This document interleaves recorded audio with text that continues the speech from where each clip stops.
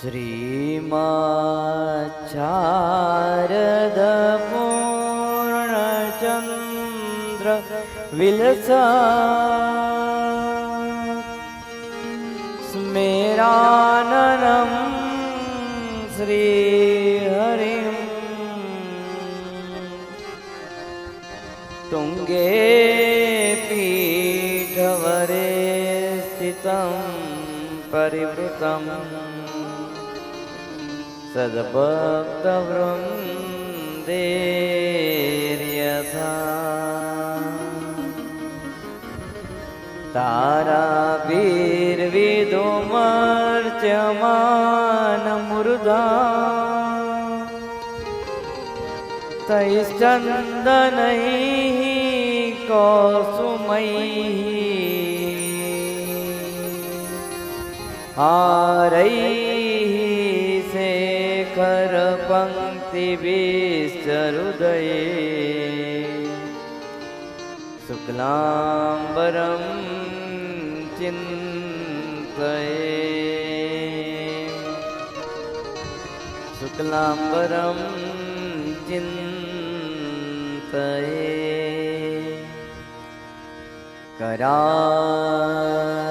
करारविन्दे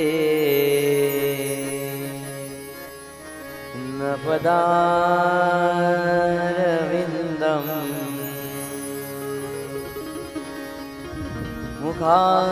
मुखारविन्दे विनिवेशयन्तं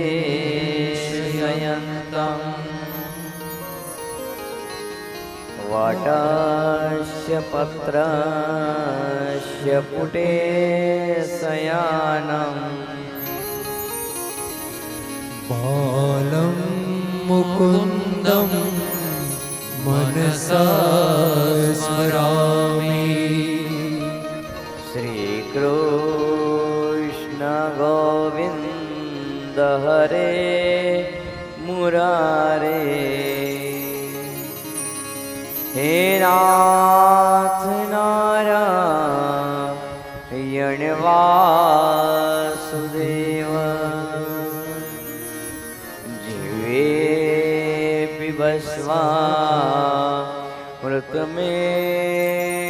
मृतमेतदेव गोविन्द दामोदर माधवेति श्रीकृष्ण राधा वर गोकुलेश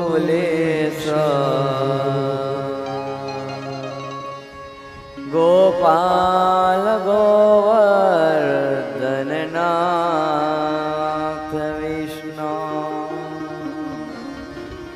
जीवे भस्मा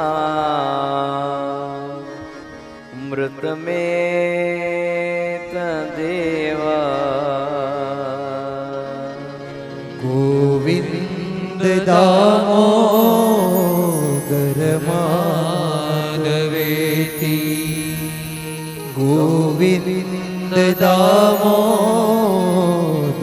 माधवेति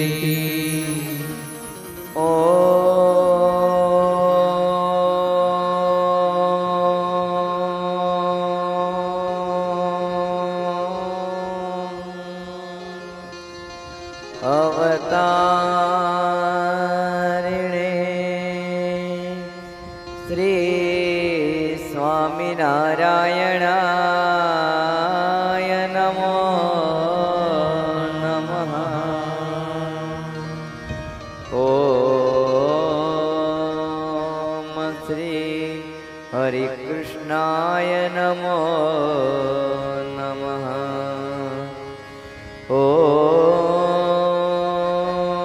श्री नीलकण्ठाय नमो नमः। ॐ श्री घनश्यामाय श्रीकृष्णाय पूर्णपुरुषोत्तमाय नमो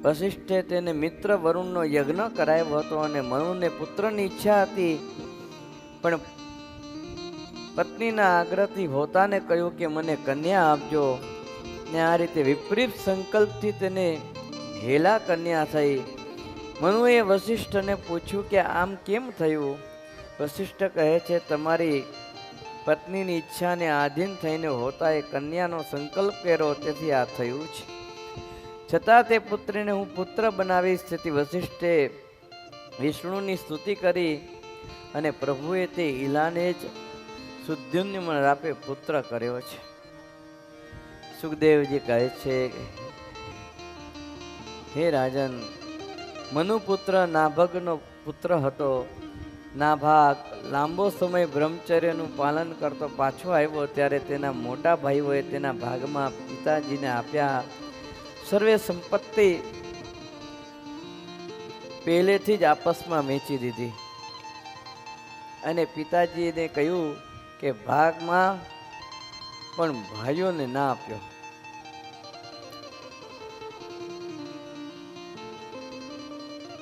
તમારા સંસારની અંદર કેમ ગ્રહસ્થમાં બધા ભાઈઓ ભાગ પાડે અને એમાં પણ પિતાજી હોય અને ચોથો દીકરો ન ગમતો હોય તો 3 પુત્રોમાં ભાગ વેચી દે, અને ભાઈઓને જો બાપા ન ગમતા હોય તો ભાઈઓ ભાગ પાડી લે, પણ બાપા કોઈના ભાગમાં આવે નહીં. એટલે કહેવાય છે બાપની ઝૂંપડીમાં 4 દીકરા સમાય છે, પણ 4 દીકરાઓના મહેલમાં શું એક બાપ સમાય છે?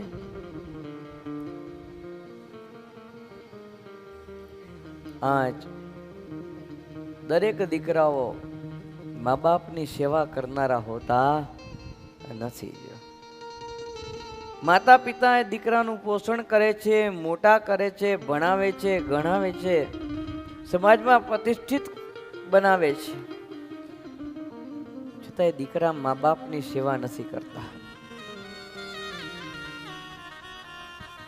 આખી જિંદગી જેણે પોતાના દીકરા માટે ખર્ચી નાખી, પોતે સૂકું ખાઈને દીકરાઓને સારું ખવડાવ્યું, પોતે ભોય ઉપર સૂઈને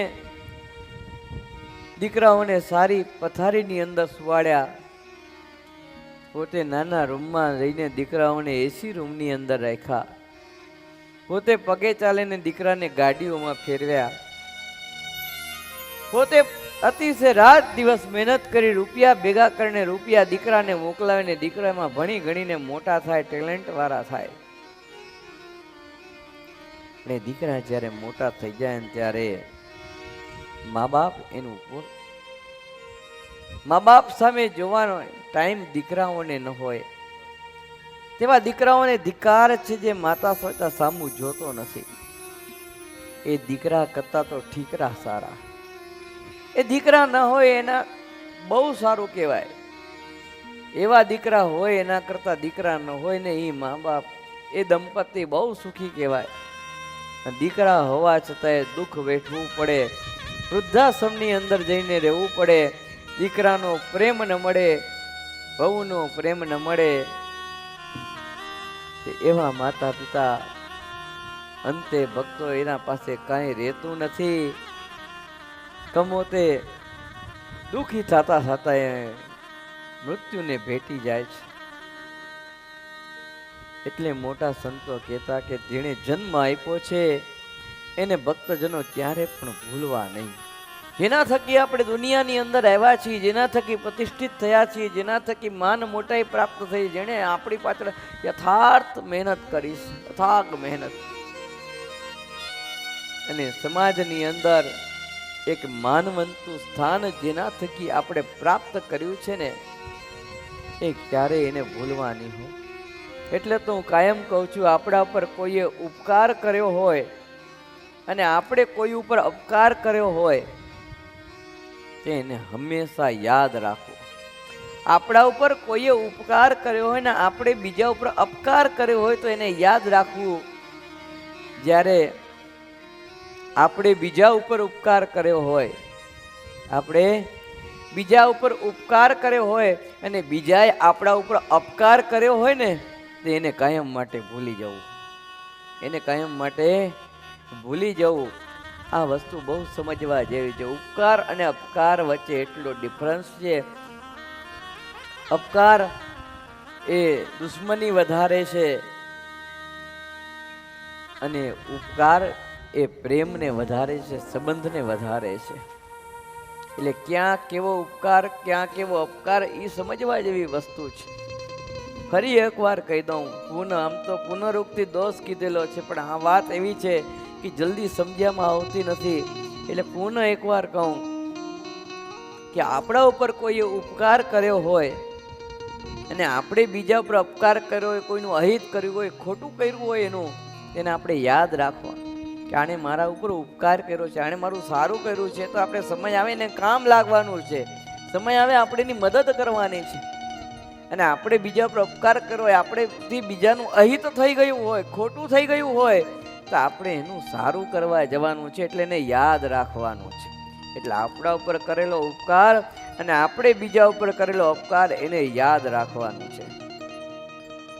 અને બીજાએ આપણા ઉપર અપકાર કર્યો હોય ને, આપણને દુખી કર્યા હોય, આપણને હેરાન કર્યા હોય, આપણનું ભૂંડું થાય એવો પ્રયત્ન કર્યો હોય, તો એને કાયમ ભૂલી જવું, એને કાયમ ભૂલી જવું. નહીં તો એના માટે દ્વેષ વૃત્તિ ઉત્પન્ન થશે હૃદયની અંદર અને પછી એનું અહિત કરવાનો આપણે પ્રયત્ન કરશું. એટલે આપણા પર કોઈ અપકાર કરે એને ભૂલી જવાનું અને આપણે બીજા ઉપર જે ઉપકાર કરીને એને ભૂલી જવાનું. કારણ કે આપણે ઉપકાર બીજા ઉપર કરીએ છીએ એટલે આપણને એમ થાય કે જોયું મેં આનું આટલું કામ કરી દીધું. બધી જગ્યાએ કહેતા પડે કે જો આ બાપુએ આનું આટલું કામ કરી દીધું, આનું આટલું સારું કરી દીધું ને એટલે થયું. નહીં તો આને એનું ભાવ કોણ પૂછતું હતું આનું મારા સિવાય? મેં જઈને મદદ કરી ટાઈમ ઉપર. એટલે એનું માન આવે. આપણે બીજા ઉપર ઉપકાર કરીએ છીએ ને એનું માન આપણને આવે છે. એટલે આપણા ઉપર કોઈએ અપકાર કર્યો હોય ને આપણે બીજા ઉપર ઉપકાર કર્યો હોય ને એને ભૂલી જવાનું. એટલે શું યાદ રાખવું અને શું ભૂલી જવું, આ બે વસ્તુ ભક્તજનો બહુ સમજવા જેવી છે. માતા પિતાના ઉપકારો હોય આપણે યાદ રાખવા જેવા છે, ભૂલવા જેવા નથી. એટલે તો એક કવિ કહે છે, ભૂલો ભલે બીજું બધું મા બાપને ભૂલશો નહીં. ભૂલો ભલે બીજું બધું મા બાપને ભૂલશો નહીં. ભૂલો ભલે બીજું બધું મા બાપને ભૂલશો નહીં. અગણિત છે ઉપકાર એના એ વિસરશો નહીં.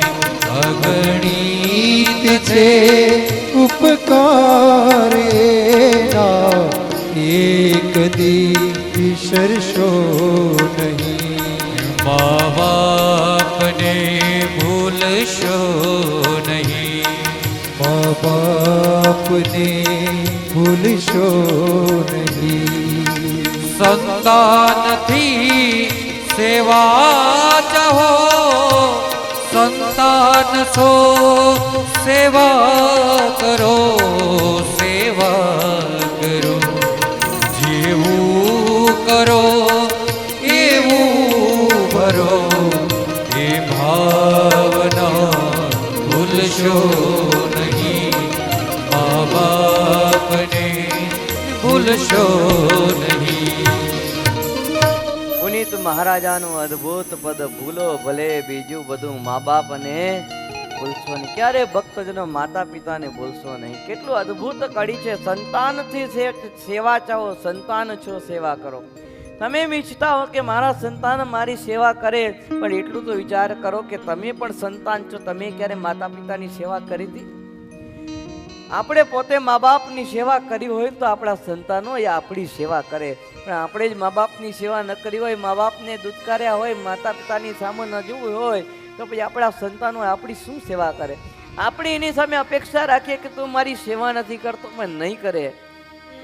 જેવું કરો તેવું કરો. આપણે જ સેવા નથી કરી તો એ આપણી સેવા ક્યાંથી કરવાનો છે? એટલે ભક્તજનો, મા બાપ સ્વામિનારાયણ ભગવાન શિક્ષાપત્રીમાં સ્પષ્ટ આજ્ઞા કરે છે કે પોતાના માતા પિતા રોગાતુર વ્યક્તિ અને ગુરુ એની આ જીવન પર્યંત સેવા કરવી. આ જીવન પર્યંત જીવો ત્યાં લગી ભક્તજનો સેવા કરજો. બહુ મોટો ઉપકાર માતા પિતાનો છે. પરીક્ષિત મહારાજા કહે છે કે હે સુખદેવજી, પરમ જ્ઞાની એવા રાજર્ષિ અમરીશ રાજાનું ચરિત્ર સાંભળવા માટે ઈચ્છું છું. બ્રાહ્મણે ક્રોધિત થઈને તેમને એવો દંડ આપ્યો જે કોઈ રીતે ટળી ન શકાય એવો નહોતો, પરંતુ તે પણ કંઈ બગાડી ન શક્યો. માટે આપ એનું ચરિત્ર સંભળાવો. અમરીશ રાજાની વાત વિસ્તાર કરી છે. એમ તો ભક્તજનો, અમરીશ રાજા પરમાત્માના એકાંતિક ભક્ત હતા. જાતે રસોઈ બનાવતા, ભગવાનના થાળાદીક કરતા બહુ મોટા મહારાજા હતા, પણ જાતે ભગવાનની સેવા કરતા. અમરીશ રાજાનું જીવન છે ને અદ્ભુત છે. પ્રસંગ તો બધાને ખબર છે એનો. એકાદશી હતી, ઋષિ આવ્યા અને પછી તુલસીના પાંદડે પારણા કર્યા. ટાઈમસર ના આવ્યા, પારણાનો સમય વીતી જતો હતો અને કૃત્ય ઉત્પન્ન કરી મારવા માટે તો ભગવાનના ચક્રએ અમરીશ રાજાની રક્ષા કરી. આ બધો ઇતિહાસ તો ખબર છે, પણ મૂળ અમરીશ રાજાનું જીવન જે છે એ વસ્તુ એ લઈએ. કેટલા મોટો મહારાજા, સાર્વભૌમ રાજ્યનો રાજા, ભગવાનની સેવા એ જાતે કરતો હતો. ભગવાન માટે થાળ બનાવવા, પરમાત્મા માટે રસોઈ કરવી એ જાતે કરવાની. ભગવાનને સ્નાન કરાવવું, એના માટે પાણી ભરવા માટે કૂવામાં એ પાણી ભરવા જાતે જાય. એટલા બધા દાસ દાસીઓ ને સેવકો હતા, ધોમ ધોમ સાહેબી હતી, પણ જાતે પાણી ભરવા માટે જાય. પનિયારીઓ પાણી ભરવા આવે અને અમરીશ રાજા પાણી ભરતા હોય તો કે તમે કેમ આવ્યા? બહુ મોટા ભગતની પૂંછડી થઈ ગયા છો. ને અમરીશ રાજાને એવું કે અમરીશ રાજા રાજી થાય, મને ભગત કીધો નહીં તો કાંઈ નહીં, ભગતની પૂંછડી તો કીધો. વિચાર કરો, આટલો મોટો મહારાજા એના શબ્દો સાંભળીને રાજી થાય કે મને ભગતની પૂંછડીનું બિરુદ મળ્યું, હું ભગતની પૂંછડી તો છું. કેટલી ભક્તજનો મોટી વસ્તુ કહેવાયા. બહુ મોટા થઈને નાની નાની સેવાઓ ભગવાનને સાધુની કરવીને એ બહુ થાય નહીં. ગુરુવર્ય સદગુરુ ધ્યાની સ્વામીજી ના અનેક શિષ્ય મંડળના ઘણા બધા ભક્તજનો, કોઈ ડોક્ટર, કોઈ એન્જિનિયર, કોઈ વકીલ, કોઈ ચાર્ટર્ડ એકાઉન્ટ, કોઈ રાજકારણની અંદર હોય, પણ ભક્તજનો સ્વામીજી પાસે આવે ને, કણભા આવે, ગાંધીનગર આવે તો આટલી મોટી મોટી પોસ્ટે પહોંચેલા હોય, ખૂબ ભગવાનની કૃપા એના ઉપર હોય, પણ એ વાસણની ચોકડીમાં હોય ને, વાસણ માંજતા હોય. ડોક્ટર હોય તો એ વાસણ માંજતો હોય, વકીલ હોય ને તો એ કચરા પોતા કરતો હોય, બહુ મોટા રાજકારણની પોસ્ટ ઉપર હોય, પણ એ સેવામાં આવે તો એઠા પતરાવડા એ ઉપાડે. ભગવાનને ને સાધુને રાજી કરવા, સંતને રાજી કરવા માટે ભક્તજનો આપણે ગમે એટલા મોટા હોઈએ પણ નિર્માનીપણે સેવા કરી. અમરીશ રાજાનો બહુ મોટો આ ગુણ હતો, નિર્માનીપણે સેવા કરી ને એટલે ભગવાને એને રક્ષા કરી. એમને એમ દુર્વાસા થકી રક્ષા નથી થઈ. ચક્ર એટલા માટે મૂકેલું હતું કે કૃત્ય ઉત્પન્ન કરી અને ચક્ર એને પાછળ ભાગ્યું જો. એટલે આ વસ્તુ શ્રીમદ ભાગવત પુરાણ ગજબનો ગ્રંથ છે, ગજબનો ગ્રંથ. ઘણા બધા રાજા મહારાજાઓ, ભગવત ભક્તોના ચરિત્ર એની અંદર છે. આ તો સમય સમય બલવાન હે નહીં પુરુષ બલવાન. સમય સમયનું ભક્તજનો કાર્ય કરે છે, એટલે બધા જ સંતો ભક્તોના આપણે ચરિત્રો લઈ શકતા નથી, પણ જેટલા સમય હોય એ પ્રમાણે આપણે ભગવાન સંતો ભક્તોના ચરિત્રોને લેતા જાય છે. નહીતર એક એક અધ્યાયને એક એક શ્લોકોની કથા કરવા જઈએ તો 5 વર્ષ પણ પૂરા થાય એ નહીં ને. કોઈને અત્યારે એટલો સમય પણ છે અને પણ ગ્રંથ અદભુત છે. સમય મળે તમને ત્યારે વાંચજો, સંતોની ભાગવત કથાઓ તમે સાંભળજો, એને સમજવાનો પ્રયત્ન કરજો અને જીવનમાં ઉતારવાનો પ્રયત્ન કરજો. શ્રી શુક ઉવાચ ખટવાંગાદ દીર્ઘબાહુસ્ય રઘુસ્તસ્માत् મૃત્યુસ્રવ અજસ્તતો મહારાજ તસ્માદ દશરથો વમન. સુખદેવજી કહે છે કે હે બ્રહ્મ, હે પરીક્ષિત રાજન, ખટવાંગથી દીર્ઘ બાહુ થયા અને તેથી રઘુ થયા અને તે રઘુથી પૃથુસવા થયા, પૃથુસવાથી અજ થયા અને અજના મહારાજ દશરથ થયા ને દશરથ રાજાને ત્યાં ભગવાન રામચંદ્રજી પધાર્યા છે. ભક્તજનો હવે ભગવાન રામચંદ્રજીના પ્રાગટ્યની કથાનો પ્રારંભ થાય છે. આમ તો એવો નિયમ છે કે જ્યારે રામાયણની કથાનો પ્રારંભ થાય એ પહેલા ભગવાનના મહાન એકાંતિક પવિત્ર ભક્ત, સાચા એકાંતિક સંત એવા હનુમાનજીને આપણે ઇન્વિટેશન આપવું જોઈએ. કારણ કે હનુમાનજીએ વર માગેલો છે પ્રભુ પાસે કે જ્યાં જ્યાં પ્રભુ આપની કથા થાય ત્યાં ત્યાં હું સાંભળવા માટે હાજર હું. તો આપણે હનુમાનજી મહારાજને બોલાવીએ કે પ્રભુ આ રામાયણની કથાની અંદર આપ પણ શ્રવણ કરવા માટે પધારો. આઈએ હનુમંત બિરાજીએ. आइए हनुमंत विराजिए, कथा कहो मति अनुसार, प्रेम सहित गादी धरू, वधारिए पवन कुमार.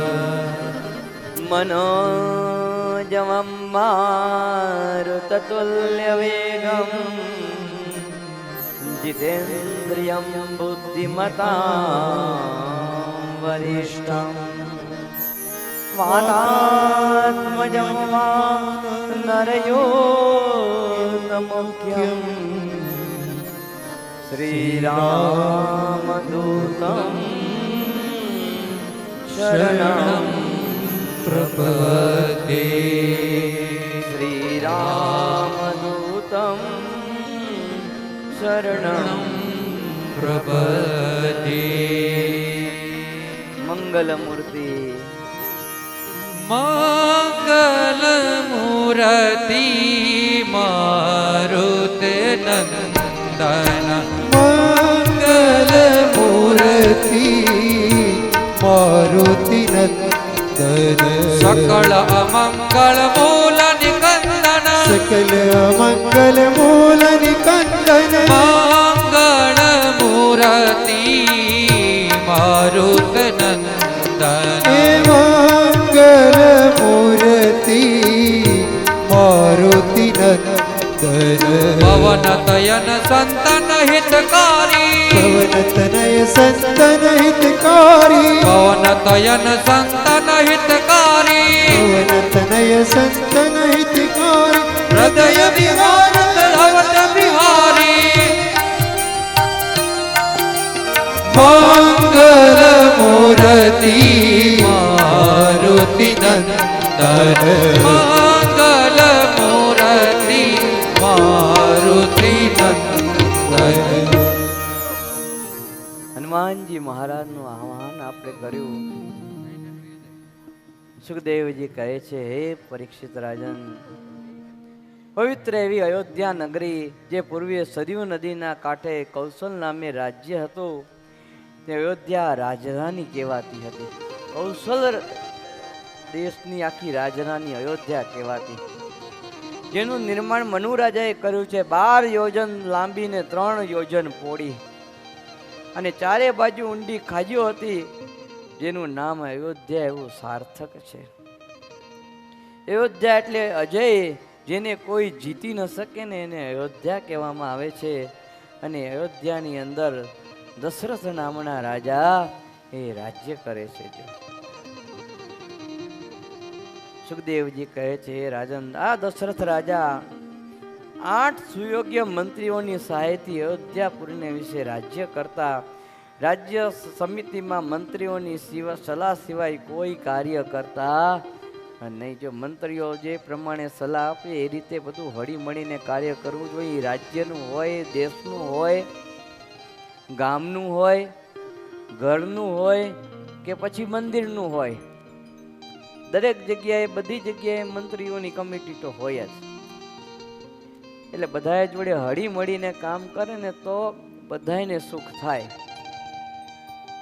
અને પોતાની મનમાની કરે અને પોતાનું ચલાવે તો કોઈને સુખ થાય ની બધાની વાતો સાંભળવી પડે અને રાખવી પણ પડે. અયોધ્યામાં સુખ એટલા માટે હતું કે દશરથ રાજા ક્યારે પોતાનું ચલાવતા અને બધા મંત્રીઓની સલાહ ને બધું લેતા છે. આજ બધી જ રીતે સુખ હતું, પણ દીકરો કોઈ હતો અને કોઈ દીકરાની વશિષ્ઠ મુનિને પૂછ્યું ત્યારે કે પુત્રેષ્ઠી યજ્ઞ કરો, ત્યારે દીકરો થાય. અને ત્યારબાદ પુત્રેષ્ઠી યજ્ઞ કર્યો છે ને યજ્ઞની અંદર ભગવાન નારાયણ હાથમાં પાય સત્ર એટલે દૂધપાકનો ગળો લઈને બહાર આવ્યા અને દશરથ રાજાને કહે છે, બોલ્યા નલ પ્રેમ યુત બાની, બોલ્યા નલ પ્રેમ યુત બાની, અતિ પ્રસન્ન નહીં પરે બખાની, અતિ પ્રસન્ન નહીં પરે બખાની. અગ્નિદેવ કહે છે, દશરથ આ પાય સત્ર, આ ગળો, આ દૂધપાક રાણીઓને ખવડાવજો, આનાથી સારા વિશ્વનો ઉદ્ધાર કરનાર એવો પુત્ર આપને પ્રાપ્ત થશે.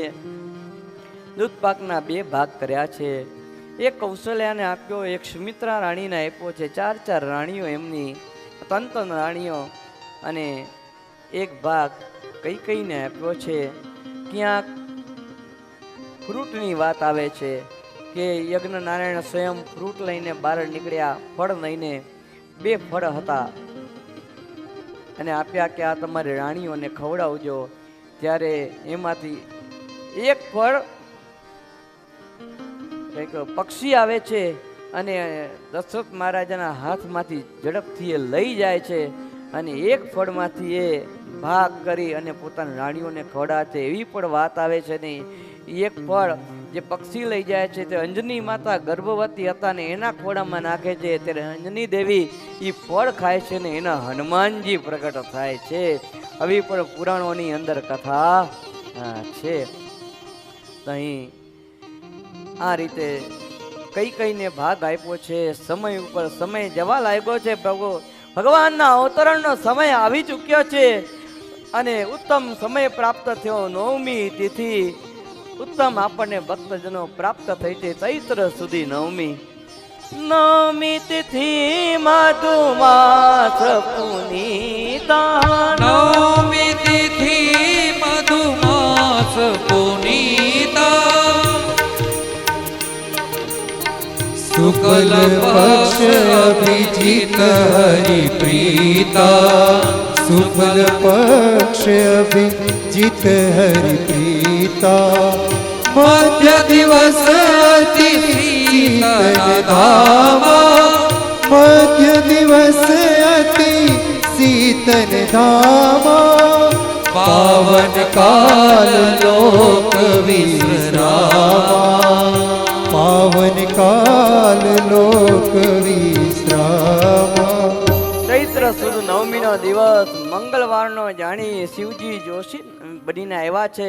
અયોધ્યાની અંદર આજ મહાદેવજી વિચરણ કરે છે. ગાંધર્વો નાચ કરે છે, સમુદ્ર ઉછાળા માણે છે, જાણે રત્નો બહાર ફેંકે છે. ધરતી ખોદે ત્યાં માણેક નીકળે, શીતલ મંદ મંદ પવન વાવા લાગ્યો છે. પક્ષીઓ મધુર કલવર કરવા લાગ્યા છે. હાથીઓ અને ઘોડા હણહણવા લાગ્યા છે. વનમાં મોર ટંકા કરવા લાગ્યા છે. નદીઓમાં અમૃત વહેવા લાગ્યા છે. દેવો પુષ્પની વૃષ્ટિ કરવા લાગ્યા છે. તુતુંબી નાદ વગાડવા લાગ્યા છે. નગારા વાગવા લાગ્યા છે. અને એવા સમયે મધ્યે બપોરના 12 વાગ્યાના સમયે ભગવાન રામચંદ્રજી કૌશલ્યના કુખે પ્રગટ થાય છે. બોલો ભગવાન રામચંદ્ર ભગવાન કી જય.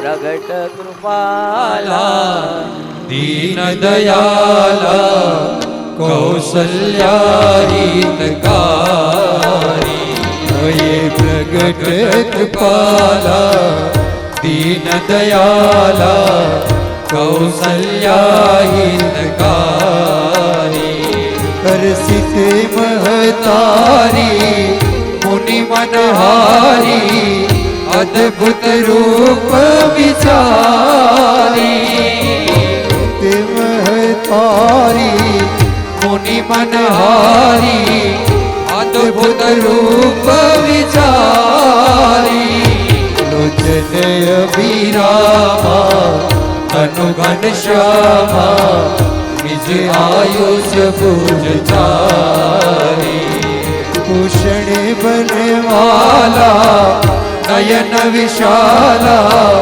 શોભા સિંધુ કરાની ભૂષણ બનવાલા માલા નયન વિશાલા શોભા સિંધુ કરાની આજ પૃથ્વી ઉપર બોલી સોમતી ડોલી સમુદાતય રૂપા આજ પૃથ્વી ઉપર મંગળનું સામ્રાજ્ય ભક્તજનો છુવાણું છે. દેવતાઓ બ્રહ્માજી ઋષિ મુનિઓ સર્વે ભગવાનને મનુષ્યાકારે થયેલા જોઈને દર્શન કરે છે. ગંધર્વ અપ્સરાઓ સર્વેને આનંદ થાય છે, ઉત્સવ મનાવે છે, નાચતા જાય છે ને આજ ભગવાન રામચંદ્રજીની સ્તુતિ કરતા જાય છે. શ્રી રામચંદ્ર પાલુ ભજ મન હરણ ભવ ભયદારુણમ શ્રી રામચંદ્ર કૃપાલુ ભજવન હરણ ભવ ભયદારુણમ નવ કંજ લોચન કંજ મુખ કર કંજ પદ કંજારુણમ શ્રી રામ શ્રી રામ શ્રી રામ શ્રી રામ એક પટ પીત માનવ દડિત રુચિ સુચિ નોમી જનક સુતાવરમ કંદાર્પ અગણિત અમિત છવિ નવનીલ નીરદ સુંદર વટપીત માધવ તડિત રુચિ ચુનિ નૌમિ જનક સુવર્ણ શ્રી રામચંદ્ર કૃપાળુ ભજમન હરણ ભવ ભયદારુણમ આ અદ્ભુત શ્રુતિ દેવતાઓએ કરી છે અને માતાજી ભગવાનને પ્રાર્થના કરે છે કે હે પ્રભુ કહ દુહી કર જોડી આ સ્તુતિ થોડી ગોરી કહી વિધિ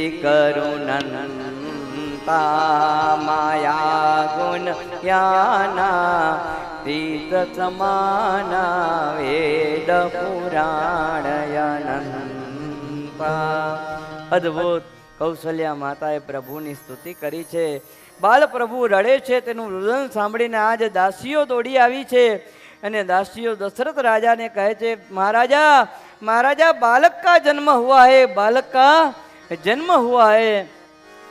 વાજા વાળાને બોલાવ્યા છે અને તમે કહે છે કે વાજા વગાડો. ગુરુને બોલાવ્યા છે, ગુરુ આવ્યા છે. વશિષ્ઠ મુનિ બાલ પ્રભુનું સરપ જોઈ અને આભા બની ગયા. તત્ર વેદાહા ભવંતી. દશરથ આ બાળકને જોઈને મને વેદો તો શું પણ મારું નામ પણ ભૂલાઈ જાય છે ને એવા મોટા છે. દેવતાઓ દર્શન કરીને પાછા ગયા. દશરથે જાતક્રમ સંસ્કાર કરાવ્યા છે. અયોધ્યાની નારીઓ શૃંગાર કરી સુવર્ણના કળશો તથા હળદર કુમકુમ માંગલિક દ્રવ્યો થાળ લઈને આવી છે અને માંગલિક દ્રવ્યો પુત્ર આ બ્રાહ્મ ઉપર છાંટવા લાગી છે. આ બાજુ દશરથ મહારાજને ત્યાં ભગવાનના પ્રાગટ્ય પછી ત્રણ પુત્રોને જન્મ થયો છે. કઈ રાણીએ ભરતને જન્મ આપ્યો છે અને સુમિત્રા દેવીએ લક્ષ્મણ અને શત્રુઘ્નને જન્મ આપ્યો છે.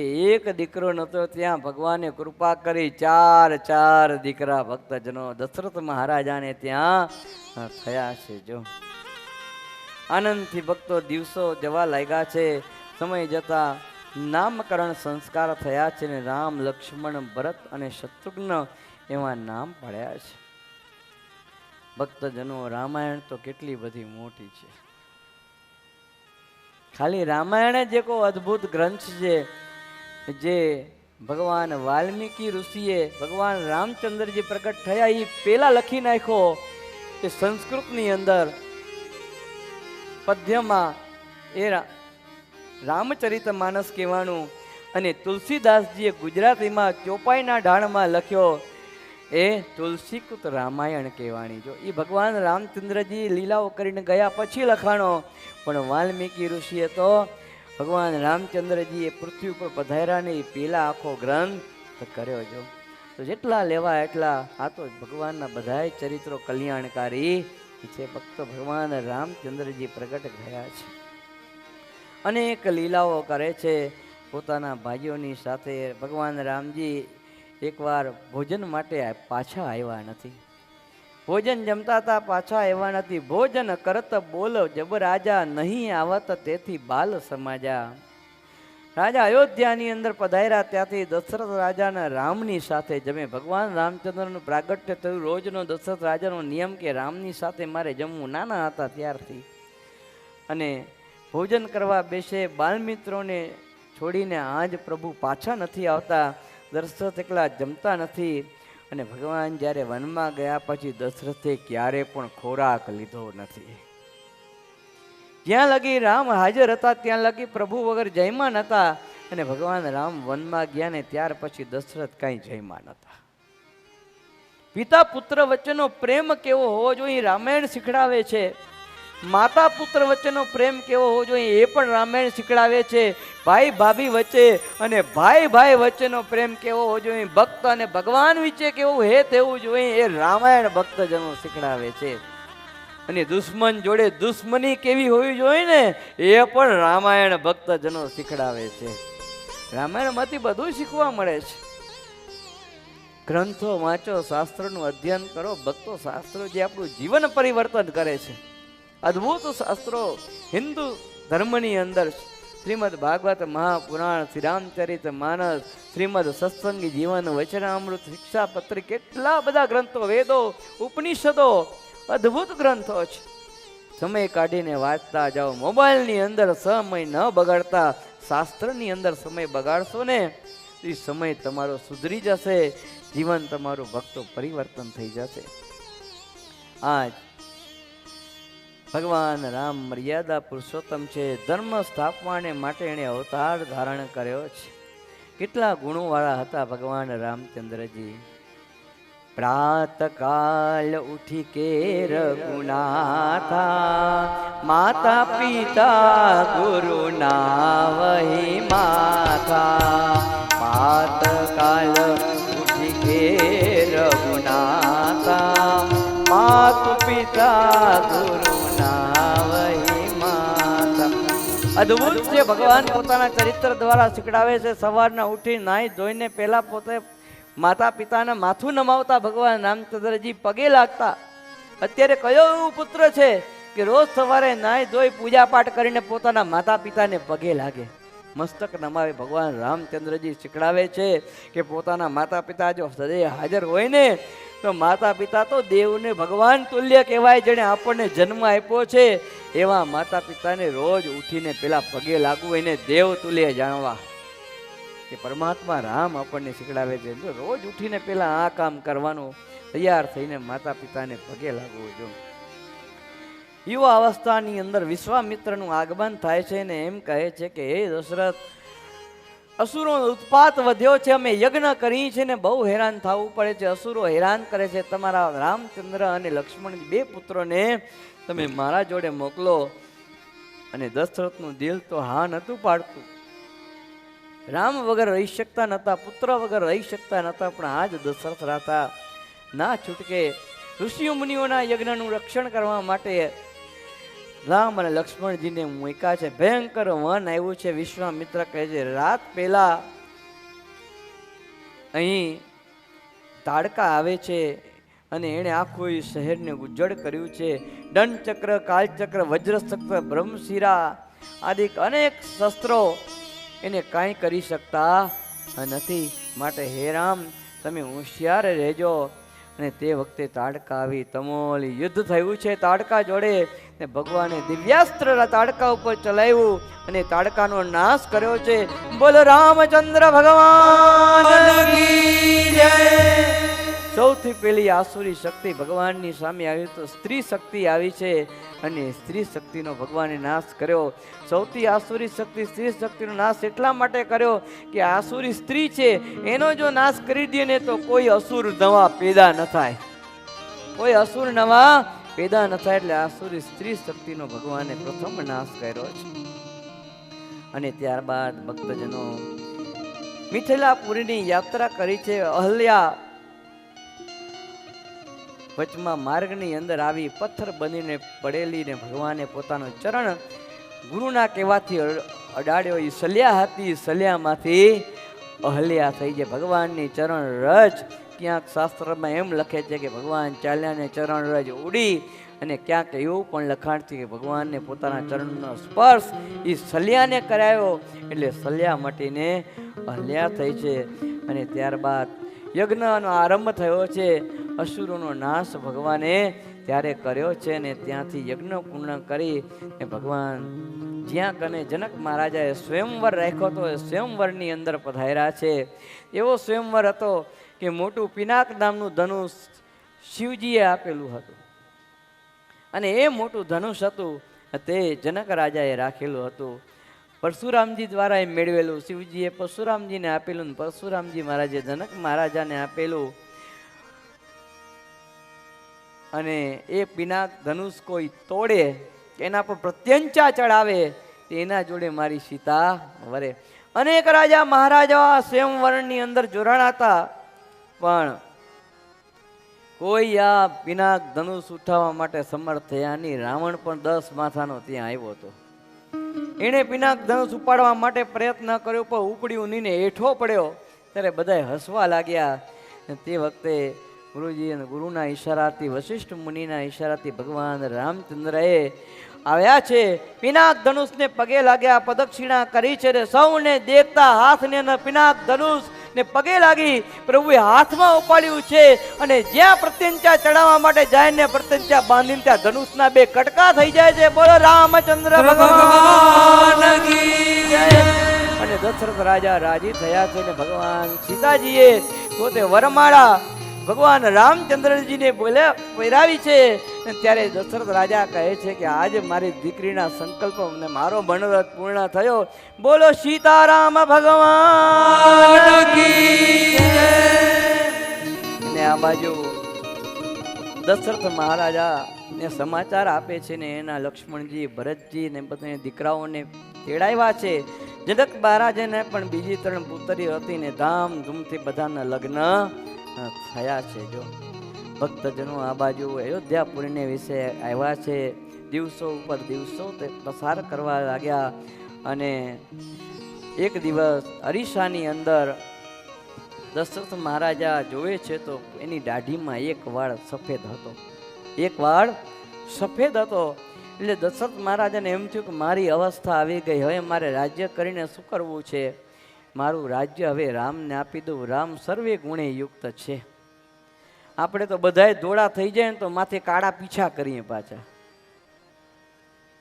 માથે બધાય ધોળા આવી ગયા તો પાછા કાળા કરીએ. અભી તો મેં જવાન હું. દશરથ મહારાજાથી શીખવા જેવું છે કે એક વાર ધોળો આવી જાય ને તો બધી જવાબદારી ભક્તજનો દીકરાને સોંપી દેવી અને પોતે ધ્યાન ભજન સત્સંગ કથા વાર્તા કરવું. અમારા ગુરુજી સદગુરુ ધ્યાની સ્વામીજી તો કહેતા કે 50 વર્ષ આમ તો નિયમ છે શાસ્ત્રનો કે 50 વર્ષની ગ્રસ્ત આશ્રમ ભોગવો. પણ ગુરુજીએ 10 વર્ષની વધારે છૂટ આપીને 60 વર્ષ કર્યા. પણ 60 વર્ષ પછી તો ભક્તજનો ભગવાનનું ભજન જ કરવું, સત્સંગ કરવો, કથા વાર્તા સાંભળવી, આ સંસારનું કોઈ કાર્ય કરવું નહીં. આ દશરથ મહારાજાને એમ થયું કે રાજ્ય રામને એ સોંપી દેવું છે. તૈયાર થયા ત્યારે કઈને એમ થયું કે રાજ્ય રામને આપી દેશે. કઈને કંઈ વાંધો નહોતો પણ એમની જે દાસી હતી ને એ દાસી આવીને કઈને ચડાવી કે તારા ભરત તો હોશિયાર ગુણવાન જે તૈયાર છે એને રાજ્ય ન મળે ને રામને રાજ્ય. ત્યારે કઈને એમ થયું વાત સાચી છે ને દશરથ રાજાને કહે છે કે મને પેલા વરદાન બાકી હતા એ આપો. 2 વરદાન. તો કે કયા? રામને 14 વર્ષનો વનવાસ થાય અને મારો દીકરો ભરત ગાદીએ બેસે ને આવી રીતે વરદાન માગ્યા ત્યારે દશરથ મહારાજાને અતિશય દુઃખ થયું છે, વજ્રાઘાત થયો છે, પૃથ્વી ઉપર પડ્યા છે. અને ભગવાન રામને ખબર પડી ત્યારે પિતાજીને કહે છે, પિતાજી મારી માતાનો આદેશ છે, તમે એને વરદાન આપો, હું વનમાં જઈશ અને ભરત ગાદી ઉપર બેસશે. અને ભગવાન રામચંદ્રજી વનમાં જવા તૈયાર થયા અને એવા સમયે લક્ષ્મણજી કહે છે કે ભાઈ હું પણ આવીશ, તમને એકલા જવા દઈશ નહીં, હું તો તમારો સેવક છું ને તમારા વગર નહીં રહી શકું. ભગવાન કહે છે ભલે. ત્યારે સીતા માતા કહે છે પ્રભુ જ્યાં પતિ ત્યાં સતી, જ્યાં પતિ ત્યાં પત્ની હોય, તમે મને છોડીને જાઓ તો હું પત્નીનો ધર્મ કેમ નિભાવું, માટે હું પણ તમારા જોડે ચાલીશ.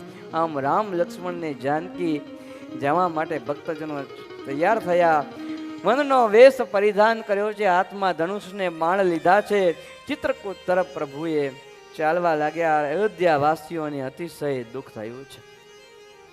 અયોધ્યાવાસી ભક્તો બહુ દુઃખી થયા છે. અને અયોધ્યાની અંદર સરયુ નદી કિનારે એક ખેવટ હતો.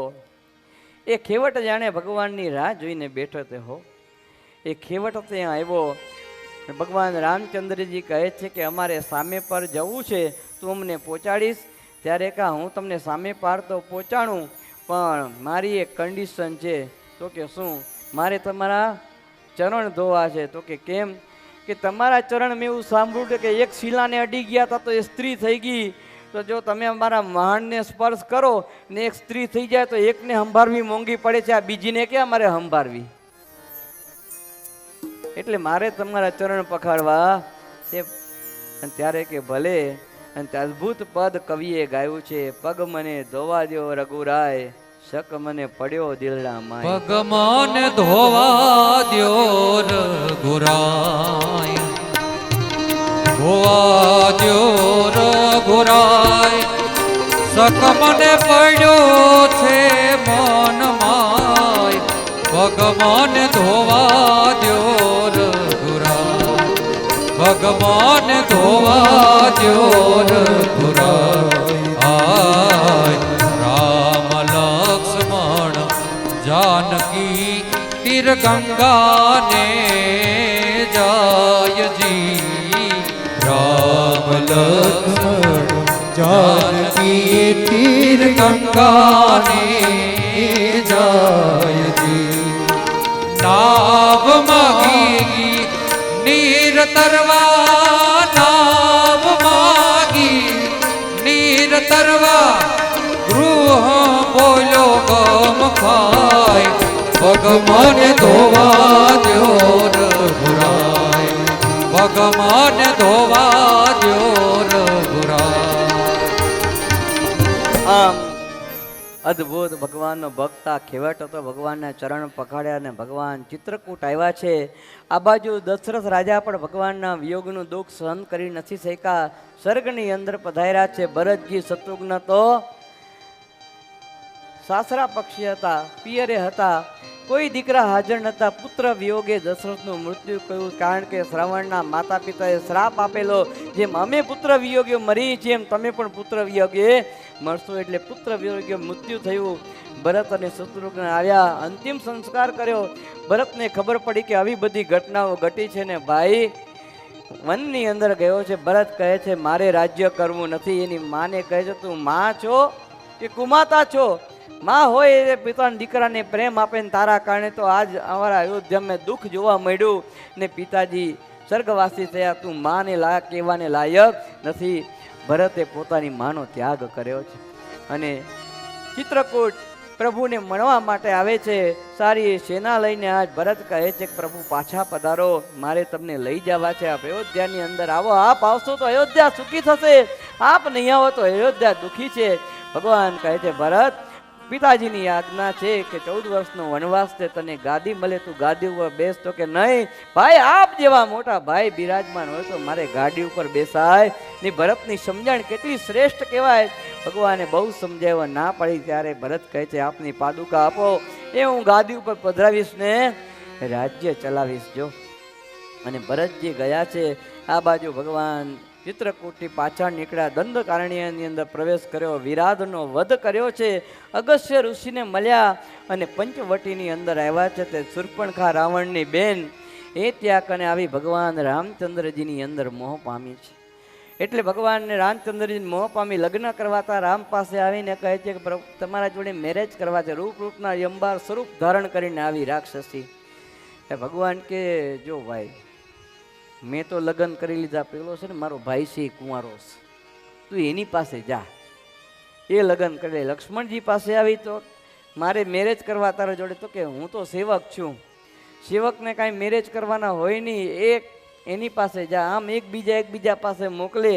ત્યારે શૂર્પણખાથી સહન ન થયું, પોતાના અસલ રૂપમાં આવી ત્યારે લક્ષ્મણજી એના નાક કાન કાપી નાખ્યા. અને શૂર્પણખાએ જઈને એના ભાઈ રાવણને ફરિયાદ કરી કે આ રીતે મારા નાક કાન કપાણા. અને ત્યારે નક્કી કર્યું રાવણે કે જેના કારણે નાક કાન કપાણા, કે રામના જોડે લગ્ન કરવા હતા કે પેલી સીતા હતી એટલે ઉઠાવી લ્યો, એનું હરણ કરો. રાવણે નક્કી કર્યું. અને પછી મારીચ ને સુબાહુને તો ભગવાને મારી નાખ્યો હતો. મારીચ હતો અને એને ત્યાં ગયા છે. રાવણ આવ્યો અને કહે છે ભાઈ આ સીતાનું હરણ કરવાનું છે, તું સોનાનું મૃગ બન. તો કે ક્યાંય જોયું સોનાનું મૃગ? તો કે ના, તારે બનવું પડશે. તો કે સારું. અને સોનાનું મૃગ બન્યા છે ને સીતાજી પાસે આવ્યા હતા. સીતાજી સોનાનું મૃગ લેવા માટે એની પાછળ પડ્યા, પણ મૃગ તો આગળ દોડી ગયું. ભગવાન રામચંદ્રજીને કહે છે કે મારે સોનાનું મૃગ જોઈ છે. ભગવાન કે ગાંડીસામાં દુનિયામાં કે સોનાનું મૃગ છે નહીં. ત્યારે કે ના, મેં મૃગલું જોયું છે ને તમે મને લાવી દો. ભગવાન એની પાછળ ભાગ્યા છે પકડવા. લક્ષ્મણજીને કહે છે કે અહીંયા તું રહેજે, સીતામાને મૂકીને ક્યારે તું સીતા દેવીને મૂકીને આવીશ નહીં, તારી ભાભીને છોડીને તું આવીશ નહીં, એની રક્ષા કરજે. ભગવાન આગળ ચાલ્યા. લક્ષ્મણજી ત્યાં ને ત્યાં રક્ષામાં ઊભા રહ્યા. ને કેટલોય આગળ નીકળી ગયા. પ્રભુને એમ થયું કે હવે આ પકડાશે નહીં, એટલે તીર છોડ્યું. ત્યારે આ બોલ્યો કે લક્ષ્મણ ધ્રાજો, લક્ષ્મણ ધ્રાજો, લક્ષ્મણ ધ્રાજો, લક્ષ્મણ ધ્રાજો, એટલે દોડજો, બચાવો, લક્ષ્મણ બચાવો. એનો અર્થ એવો થાય. ત્યારે આ લક્ષ્મણના કાને આ શબ્દો પડ્યા, સીતાજીના કાને પડ્યા હતા. સીતાજી કહે છે કે જાઓ, તમારા ભાઈને આજ મુસીબતમાં છે, મુકાવો. લક્ષ્મણજી કે મારા ભાઈ ઉપર ક્યારે મુસીબત આવે જ નહીં, મુસીબતો નાશ કરીને એને શ્રી રામ કહેવામાં આવે, એને ક્યારે તકલીફ ના આવે. ત્યારે કે નહીં, આજ સીતા માતા કહે છે તમને શરમ આવે છે, તમારા ભાઈ ઉપર આટલી મુસીબત આવીને તમે બચાવવા નથી જતા, જાઓ. તો કે નહીં, તમે એમ સમજો છો કે રામ મરીને તું મને વર, એ થવાનું નથી. હું જીભ કરણીને મરીશ પણ તારા જોડે વરીશ નહીં. લક્ષ્મણ આવા સીતાજી વેણ માર્યા. તો લક્ષ્મણજીએ વચન માંગ્યું કે ભાભી હું રેખા દોડી જાઉં છું, આ રેખાની બહાર તમે પગ મૂકતા અને એને. લક્ષ્મણજી પાછળ ગયા અને આ બાજુ રાવણ બ્રાહ્મણનું રૂપ લઈને આવ્યો અને સીતાજી પાસે અનાજની ભિક્ષાની માગણી કરી. અને રેખા હતી પણ અંદર નજર શક્યો હતો કે બહાર આવીને ભિક્ષા આપવો. ને જેવા બહાર આવ્યા તે ભગવાન રાવણ એનું હરણ કરીને લંકા પહોંચી ગયો. અને વચમાં જ્યાં વાનરો રહેતા હતા ને ત્યાં સીતાજીએ પોતાના દાગીના ઉતારીને નાખી દીધા. આ બાજુ રામ લક્ષ્મણ ભેગા થયા. રામ કહે છે અરે લક્ષ્મણ શું કર્યું ત્યાં? તું અહીંયા આવ્યો, તને મેં ના નથી પાડી. ત્યારે કે હું શું કરું ભાઈ, મારે આવવું પડ્યું. બંને ભાઈઓ આવીને જોવે છે તો સીતાજી હતા નહીં, અશોક વાટિકાની અંદર ગોતે છે. ક્યાંય આ સીતાજી ત્યાં નહોતા, ગોતે છે ક્યાંય એને મળ્યા નહીં. પછી તો વનની અંદર દુઃખી થતા રામ રુદન કરે છે. દરેક જગ્યાએ ગોતે છે પણ ક્યાંય સીતાજીની પ્રાપ્તિ થતી નથી. અને ત્યારબાદ ફરતા આજ કબંધ નામનો રાક્ષસ સામું મળે છે. એનું ભગવાને માર્યો અને એનું ઉપર કલ્યાણ કર્યું. અને ત્યારબાદ જટાયુ ભગવાનને મળ્યો છે. હવે જટાયુ રાવણ સીતાજીને લઈને આવતો હતો તો એ પણ રક્ષા કરવા માટે ગયો તો રાવણે તલવારથી 2 પાંખો કાપી નાખી. મૃત્યુને અણીએ જટાયો પડેલો. અને ત્યારે ભગવાન રામચંદ્રીએ જટાયુને લઈને પોતાના ખૂણામાં સૂતા. જટાયુએ પોતે માણસની અવાજમાં કીધું કે રાવણ લઈને એ ગયો છે. જો ભગવાને પોતાના પિતાનો અગ્નિ સંસ્કાર નથી કરી શક્યા પણ જટાયુનો અગ્નિ સંસ્કાર ભગવાન રામચંદ્રજીએ પોતાના હાથે કર્યો છે. તો ભક્તજનો ત્યારબાદ ભગવાન સુગ્રીવ કિષ્કિંધા પર્વત ઉપર સુગ્રીવ જોડે મુલાકાત કરવા માટે આવ્યા. હનુમાનજી બ્રાહ્મણનું રૂપ લઈને આવ્યા છે અને ભગવાન રામને મળ્યા છે ને પોતાના બે ખભા ઉપર બેસાડી રામ લક્ષ્મણે કિષ્કિંધા લાવ્યા, સુગ્રીવ જોડે મુલાકાત કરાવી અને બધી વાત કરી કે અમે પત્નીને શોધતા શોધતા અહીંયા આવ્યા છીએ અને ત્યારે કે તમે મારી મદદ કરશો? તો કે હા, પણ હું કિષ્કિંધાનો રાજા છું, પણ રાજ્ય વગરનો છું. મારા ભાઈ વાલીએ બધું પડાવી લીધું, ભગવાન કે હું અપાવી દઈશ. અને ભગવાને સુગ્રીવ અને વાલીનું યુદ્ધ કરાવી અને વાલીને ઝાડ પાછળ છુપાઈને માર્યો. અને ત્યારબાદ ભગવાન કહે છે કે હવે ગોતો. અને ત્યારબાદ બધા જ વાનરોને ગોતવા માટે મોકલ્યા છે. હનુમાનજીને પ્રભુ કહે છે કે તમે પણ જાઓ ને. ત્યારે હનુમાનજી લંકા બાજુ રવાના થયા છે. પ્રભુ વીંટી આપે છે કે આ લઈ જાઓ ને તો તને ઓળખી જશે સીતા. અને ત્યારે વીંટી લઈને લંકા બાજુ રવાના થયા અને પવન વેગી લંકા ઉડતા ઉડતા હનુમાનજી પહોંચ્યા છે. અને અશોક વાટિકાની અંદર હનુમાનજી અને સીતાજીનો મેળાપ થયો. હનુમાનજીએ વીંટી બતાવી છે કે માં, પ્રભુની વીંટી, હું રામદૂત હનુમાન છું. હનુમાનજીએ પોતાના ઐશ્વર્યનો પ્રચાર નથી કર્યો, પણ એમ કીધું કે હું કોણ છું? હું રામદૂત હનુમાન છું, રામનો હું દૂત છું. એવું હનુમાનજીએ કહ્યું છે. ભક્તો, જેમાં દાસવત્વ ભાવ આવે ને એનાથી આ શબ્દ બોલાય, બીજાથી બોલાય ની. ભગવાનની ભક્તિ કરવી હોય ને તો દાસવત્વ ભાવ કેળવજો. આજ હનુમાનજી સીતા માને કહે છે, માં તમે ચિંતા ન કરો, તમે મારા જોડે હાલો, હું તમને ભગવાન પાસે પહોંચાડું. તો કે નહીં, હું તમારા જોડે આવીશ ને. પ્રભુને કહ્યું મને અહીંયા આવીને લઈ જાય. અને વીંટી હતી તે માએ લઈ લીધી ને માએ સામે બીજી વીંટી આપી છે જો. અને લઈને હનુમાનજી પાછા આવ્યા અને પ્રભુને સમાચાર આપ્યા કે લંકાની અંદર અશોક વાટિકાની અંદર છે. અને ત્યારે રામ સારી વાનરોની સેના લઈને લંકા તરફ પ્રયાણ કરવાનું વિચારતા હતા. અને આ બાજુ વિભીષણ ભગવાનના ભક્ત હતા. વિભીષણ રાવણને સમજાવે છે કે આ બધું છોડી દે, સીતા માને પાછા આપી દે, આમાં કાંઈ આપણું હિત નથી. પણ રાવણ માયનો અને વિભીષણને ત્યાગ કર્યો, કાઢી મૂક્યો. વિભીષણ ભગવાનના શરણની અંદર આવ્યા.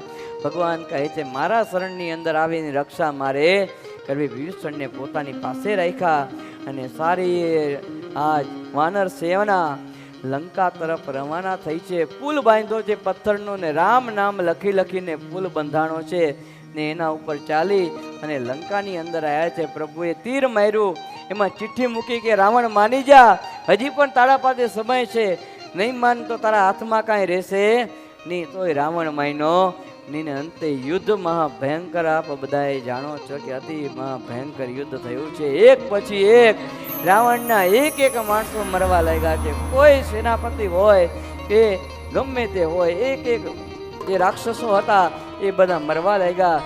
ત્યારે રાવણે પોતાના ભાઈ કુંભકર્ણ, જેને નિંદ્રાસન જોઈતું હતું, ઇન્દ્રાસનને મળ્યું. નિંદ્રાસન સરસ્વતી દેવીની કૃપાથી એણે ઇન્દ્રાસન નિંદ્રામાં હતો એને જગાડ્યો અને કહે છે કે આ આપત્તિ આવી છે કુંભકર્ણ, કે આ ધંધો ન પડાય, પાછા આપી દે. તો રાવણ માયનો નહીં.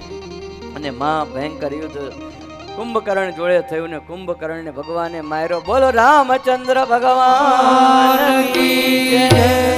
ઇન્દ્રજીત આવ્યો લડવા માટે. ઇન્દ્રજીતે લક્ષ્મણજીનું યુદ્ધ થયું. એક વાર તો લક્ષ્મણજી ઇન્દ્રજીતના હાથે ઘાયલ થયા. ત્યારે મોટો પર્વત લઈને સંજીવની ગોતવા માટે ગયા. મળીને આખો પર્વત ઉઠાવીને લાવ્યા ને પાછા લક્ષ્મણજી સજીવન થયા. અને વળી પાછું યુદ્ધ થયું. લક્ષ્મણજી ઇન્દ્રજીતનો નાશ કર્યો.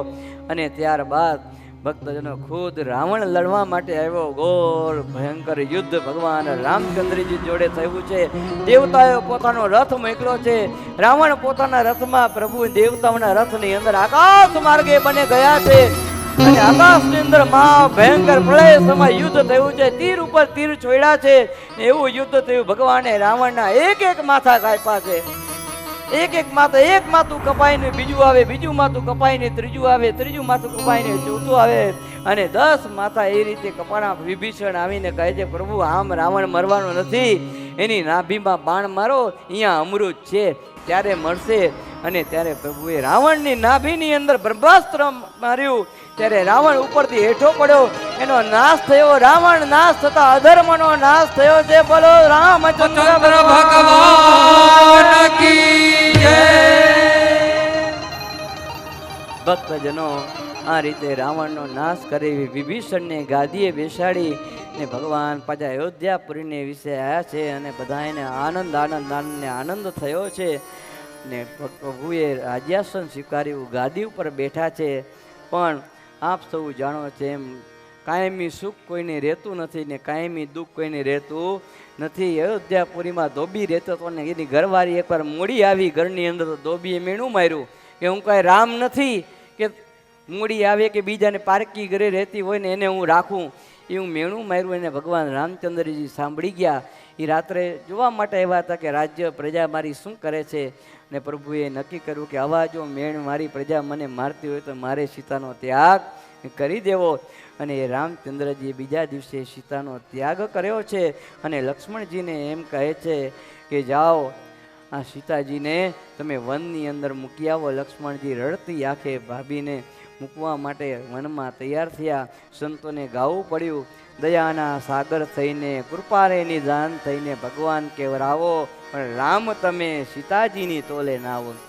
દયાના સાગર થઈને કૃપા નિધાન થઈને છોને ભગવાન કહેવાઓ, મારા રામ તમે સીતાજીને તોલે ન આવો. મારા રામ તમે સીતાજીને તોલે ન આવો. સોળે સરદાર સજી મંદિર દ્વાર તમે, સોળે શણગાર સજી મંદિર દ્વાર તમે, ફૂલો ચંદનથી પૂજાવો, મારા રામ તમે સીતાજીને તોલે ન આવો. મારા રામ તમે સીતાજીને તોલે ન આવો. સીતાજી વાલ્મીકીના આશ્રમમાં ગયા, લવકુશને જન્મ આપ્યો ને આ પ્રમાણે ભક્તો આખી રામાયણની કથા છે.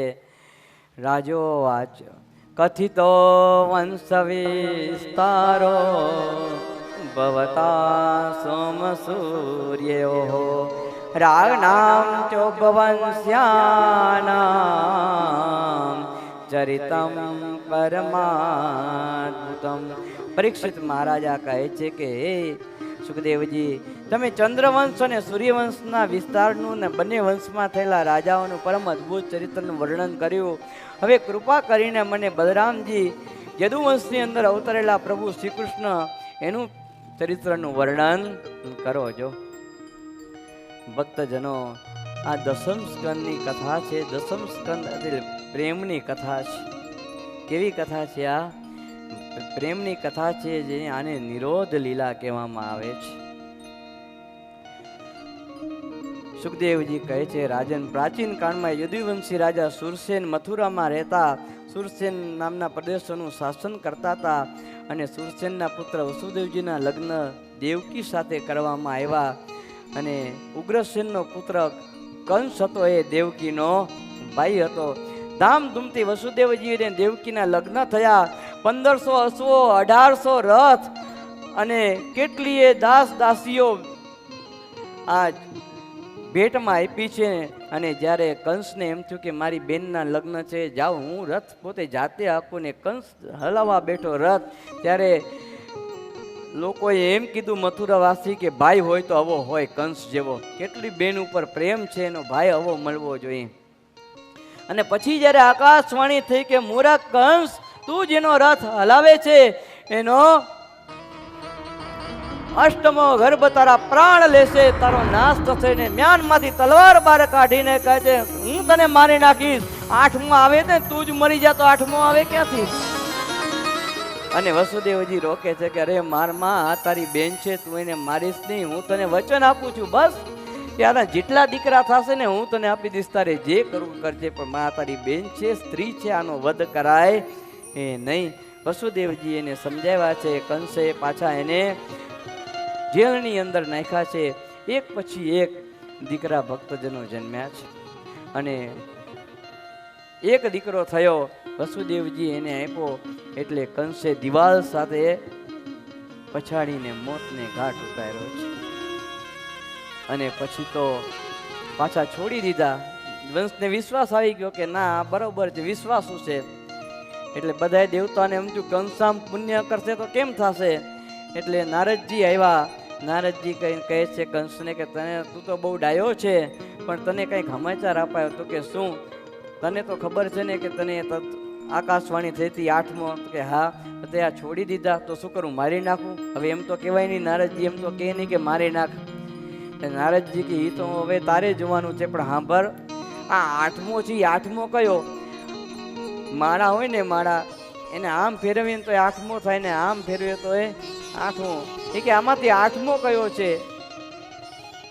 આ 1 2 3 4 5 6 7 ને 8. તો કે 8મો થયો. તો કે હા. 1 2 3 4 5 6 7 ને 8. તો કે 8મો થયો. હા. તો કે હવે આમાં 8મો કોણ? એટલે કંસ સમજી ગયો. ત્યાં કે શું કરું? તો કે હવે એ તો તારે જોવાનું. તો આ તો તું દૂધપાક જેવો છો ને, એટલે હું ખાલી તને આમ ફરી પાછા જેલમાં નાખ્યા. અને જેટલા દીકરા થતા ગયા, 6 દીકરાઓ ભક્તજનો આ કંસે માર્યા છે હો. અને બલરામજીનું પ્રાગટ્ય થવાનું હતું. એવા સમયે ભગવાને માયાને એમ કીધું છે કે આ બલરામજીના ગર્ભને ગોકુળની અંદર વસુદેવની બીજી પત્ની રોહિણી છે, એમાં તમે સ્થાપન કરી દો. અને તમે આ દેવકીના કુખે ત્યાં પ્રગટ થાવ તો તમે વૈષ્ણવી, આદ્ય શક્તિ એવા અનેક નામો તમારા થશે, અનેક રૂપો થશે ને લોકો તમને અંબિકા, ચંડિકા આદિ નામોથી પૂજશે. અને ભગવાનનું કામ કરવા માટે એ ગર્ભને રોહિણી દેવીના પધરાવ્યો અને પોતે દેવકી થકી જેલમાં જન્મ ધારણ કર્યો. અને ત્યારે એમ થયું કે આ તો ગર્ભ હતો એ સ્રવી ગયો અને સ્ત્રી હતી તે પેટમાં આવી ગયો. લોકમાં એમ વાત થઈ કે ભાઈ 7મો ગર્ભ સ્રવી ગયો, 7મો ગર્ભ સ્રવી ગયો છે. અને પછી આ બાજુ ભગવાનનું પ્રાગટ્ય થવાનું હતું. વસુદેવજી વિચાર કરે છે કે 7મો ગર્ભ તો સ્રવી ગયો અને 8મો હવે આવવાનો છે. અને કંસનું પતન હવે નક્કી છે. પણ હવે આ રીતે જો મારી નાખશે એક એકને તો કાંઈ મેળ આવશે નહીં. વસુદેવજીને ચિંતા થઈ છે. ને આ બાજુ ભક્તજનો સમય ઉપર સમય વીતતો જાય છે. અને જન્માષ્ટમી એટલે વદ આઠમ આવી છે. ભગવાન વિચાર જ કરે છે હવે પ્રગટ થવાનો સમય એ છે. આ બાજુ જરા ઉપર ચારે બાજુ બધાને આનંદ થયો છે. પણ રાત્રિનો સમય હતો, 12 વાગ્યા હતા. એટલે આનંદ માણવા માટે કોઈ આવ્યું નહીં. આનંદ માણવા માટે કોઈ આવ્યો નહીં. ભગવાન જેલની અંદર પ્રગટ થયા છે. બોલો શ્રી કૃષ્ણલાલ કી જય. ભગવાન જેલની અંદર પ્રગટ થયા. જેલની અંદર પ્રગટ થયા એટલે ભગવાને પોતાનું દિવ્ય દર્શન આપ્યું છે. અને વસુદેવજીને કહે છે કે મને ટોપલામાં નાખો અને ગોકુળની અંદર મૂકી આવો. ગોકુળની અંદર ત્યાં માયાએ જન્મ ધારણ કર્યો છે, એને તમે પાછી લાવજો એમ કહીને પ્રભુએ પોતાનું સ્વરૂપ અદ્રશ્ય કર્યું છે. અને વસુદેવજી શ્રી કૃષ્ણને ટોપલામાં લઈ અને ગોકુળ આવવા માટે નીકળ્યા છે. તે લાઈવ ભક્તજનો તમને દર્શન થશે કે વસુદેવજી પોતાના માથા ઉપર ભગવાન શ્રી કૃષ્ણને પધરાવી, નાના એવા બાળકને પધરાવીને આજ ગોકુળ આવવા માટે ભક્તજનો નીકળ્યા છે. હે જુઓ વસુદેવજી ગોકુળમાં જાય છે. હરે ઘમર ઘમર મારું વલોણું ગાજે, શ્યામ આવીને મારી મટુકી ફોડે. ઘમર ઘમર મારું વલ્લોણું ગાજે, શ્યામ આવીને મારી મટુકી ફોડે. મથુરાની જેલમાં કાન જનમ્યા, મથુરાની જેલમાં કાનજી જન્મ્યા. વસુદેવ ટોપલામાં મેલીને ચાલ્યા, વાસુદેવ ટોપલામાં મેલીને હાલ્યા. કારાગ્રમાં બેડિયું તોડે મારો શ્યામ, શ્યામ આવીને મારી મટુકી ફોડે. ઘમર ઘમર મારા વલ્લોણા ગાજે, શ્યામ આવીને મારી મટુકી ફોડે અરે રે રે શ્યામ આવીને મારી મટુકી ફોડે.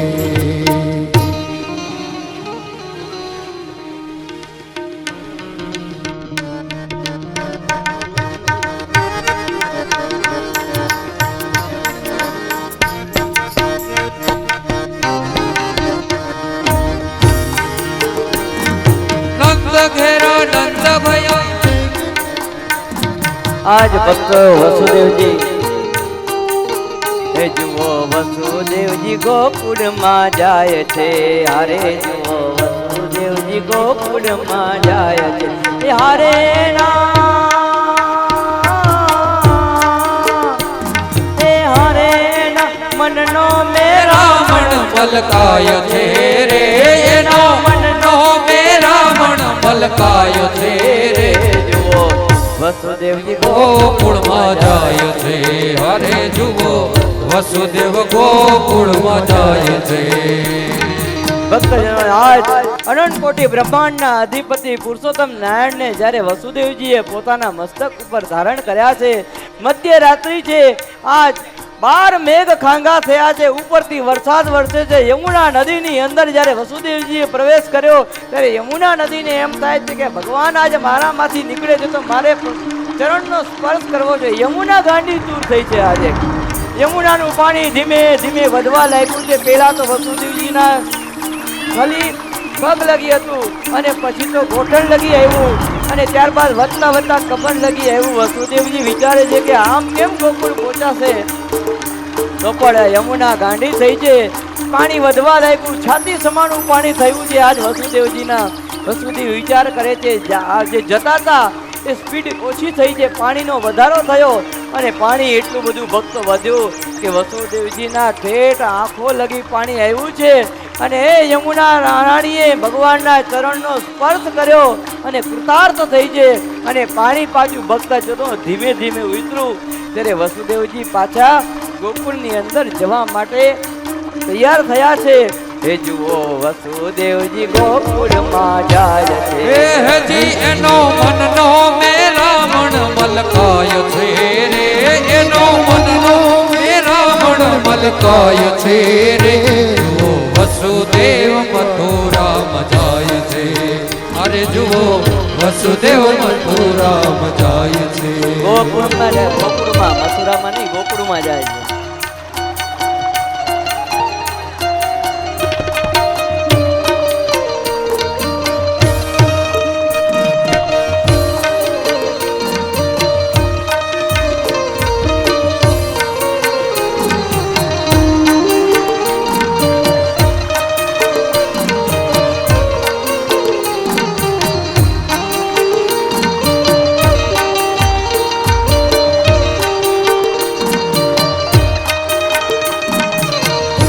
કાંઠે યમુનાજી આવી છલકાણા વસુદેવે વામનમાં મુજાણા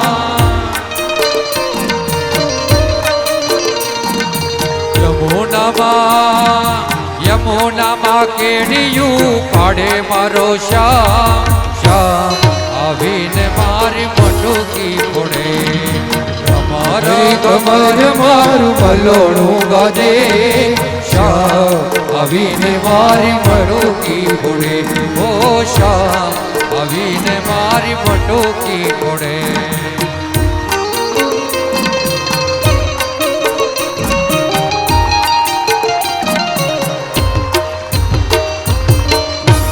આવા જ ભક્તજનો વસુદેવજી ગોકુળ પ્રત્યે આવ્યા છે અને શુનકાર રાત્રિ હતી. ગોકુળની અંદર વસુદેવજી આવ્યા ત્યારે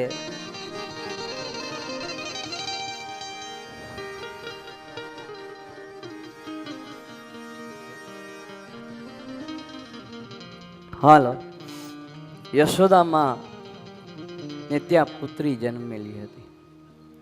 વસુદેવજી જેવું છે કે યશોદા માને પુત્રી જન્મેલી હતી. જો અને યશોદા માએ ગોળ નિંદ્રામાં હતા. વસુદેવજી આવ્યા, પોતાના દીકરાને યશોદા માતા પાસે મૂક્યો છે. કનૈયાને યશોદા પાસે મૂક્યો અને પુત્રીને ઉઠાવી લીધી અને પાછી ટોપલાની અંદર મૂકી અને વસુદેવજી પાછા દીકરીને લઈ અને કારાગૃહની અંદર પાછા આવ્યા. વસુદેવજી જ્યારે કારાગૃહમાંથી નીકળ્યા ને ત્યારે સાંકળ બાંધેલી હતી. અહીંયા સાંકળ બાંધેલી છે પણ હકીકતમાં એવું હતું કે સાંકળ બધી છૂટી ગઈ, દરવાજા બધા ખુલ્લા થઈ ગયા, જે તાળા હતા એ દરવાજા ખુલ્લા થઈ ગયા. ભગવાન પધારે એટલે બંધન બધા તૂટી જાય છે અને દરવાજાઓ અવિદ્યાના નાશ થઈ જાય છે, જ્ઞાનના દરવાજા ખુલી જાય છે ભક્તો. અને જ્યારે વસુદેવજી પાછા આવ્યા અને જેલમાં ગયા ને એટલે કારાવાસના દરવાજા બધા બંધ થઈ ગયા. માયાની અંદર જીવ આવે ને એટલે અજ્ઞાનના દરવાજા પાછા થઈ જાય છે, લોક. એટલે ભક્તજનો આ બાજુ સવારે ખબર પડી, છોકરી રોવા લાગી, દીકરી રોવા લાગી, ખબર પડી. ત્યાંના કંસના માણસો કહેવા લાગ્યા કંસને કે ભાઈ આ તો જન્મી ચૂક્યો.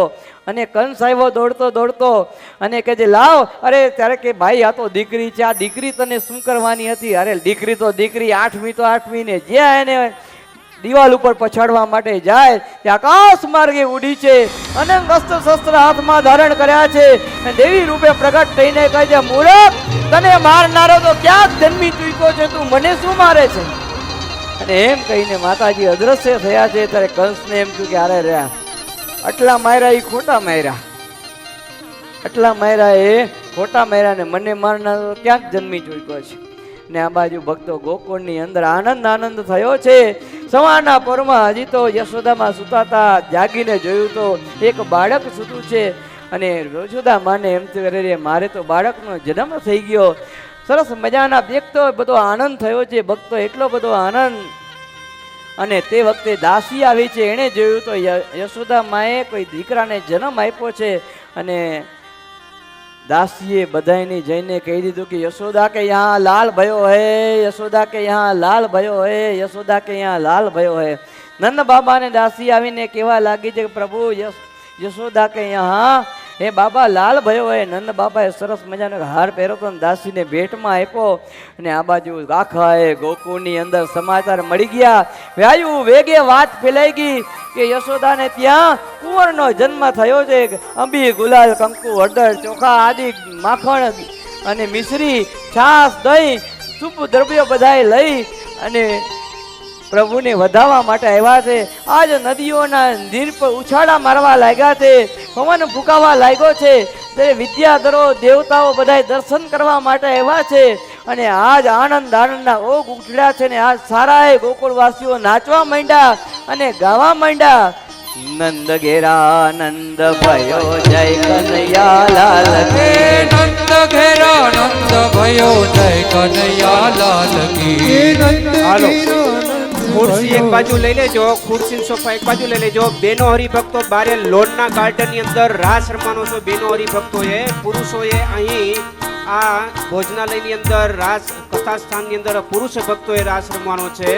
અને બેનો હરિભક્તોએ બારે ગાર્ડનની અંદર પારણિયું ઠાકોરજી વિરાજમાન છે, દાંડિયા પણ છે, તો ત્યાં બેનો હરિભક્તો રાસ રમશે ગાર્ડનમાં અને પુરુષ હરિભક્તો અહીં જ રાસ રમશે.